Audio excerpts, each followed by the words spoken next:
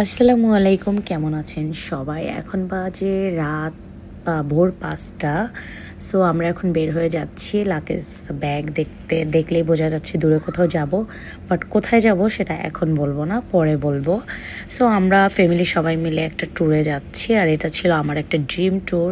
Because ওই প্লেসটায় আমার আব্বু আম্মুর অনেক যাওয়ার ইচ্ছে ছিল, যেহেতু তারা জীবনে কোনো জায়গায় ঘুরতে পারে নাই। সো আমার মেয়ে হিসেবে আমি যেহেতু আমার ফ্যামিলিতে বড়, আমার একটা চ্যালেঞ্জ ছিল যে আমি জীবনে একবার হলেও আমার বাবা মাকে ওই জায়গাটায় একটু নিয়ে যাব। সো আলহামদুলিল্লাহ এখনও যাচ্ছি, জানি না ভালোভাবে পৌঁছাতে পারবো কিনা, সবাই দোয়া করবেন।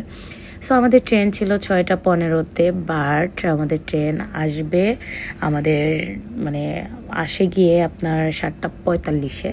সো আমরা এই যে ট্রেনের দিকে যাচ্ছি, আমার বড় ভাই, এই যে আমার বাবা মার হাসি দেখলেই বোঝা যায় তারা কতটা হ্যাপি। সো এই তো আমার ছোটো ভাই লাগেজ এবং ব্যাগ নিয়ে যাচ্ছে। আমরা নিয়েছিলাম এসি স্লিপার যেটা থাকে, আমরা ওইটা নিয়েছিলাম, আমরা 2টা নিয়েছি। আমরা যেহেতু মানুষ 5জন, বাট আমি টিকিট কাটারটা একটু মিস্টেক হয়েছে। সেটা হলো আমি 4জনের একটা কেবিন নিয়েছিলাম আর 2জনের একটা কেবিন নিয়েছিলাম।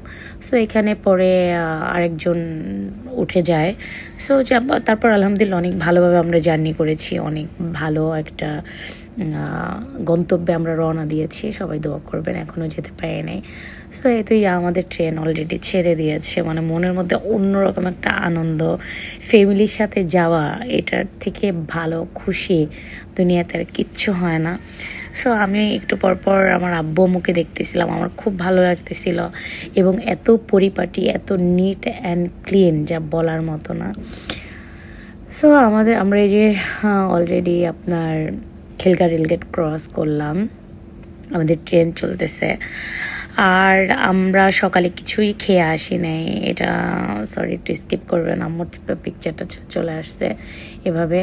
সো আমি কফি খাই, তারপরে ব্রেকফাস্টে স্যান্ডউইচ, এবং এই খাবারটা অলরেডি চট্টগ্রাম যখন ক্রস করি তখন, এখন চট্টগ্রাম বলাতে আপনারা বুঝতে পারছেন, আমরা যাচ্ছি কক্সবাজার সমুদ্র সৈকতে আমার বাবা মাকে নিয়ে। সো আমরা অলরেডি চলে আসছি, আমাদের রুমে উঠে গেছি। সো বাকি আপডেট আপনারা ডে বাই ডে পাবেন। সবাই ভালো থাকেন, আল্লাহ হাফেজ।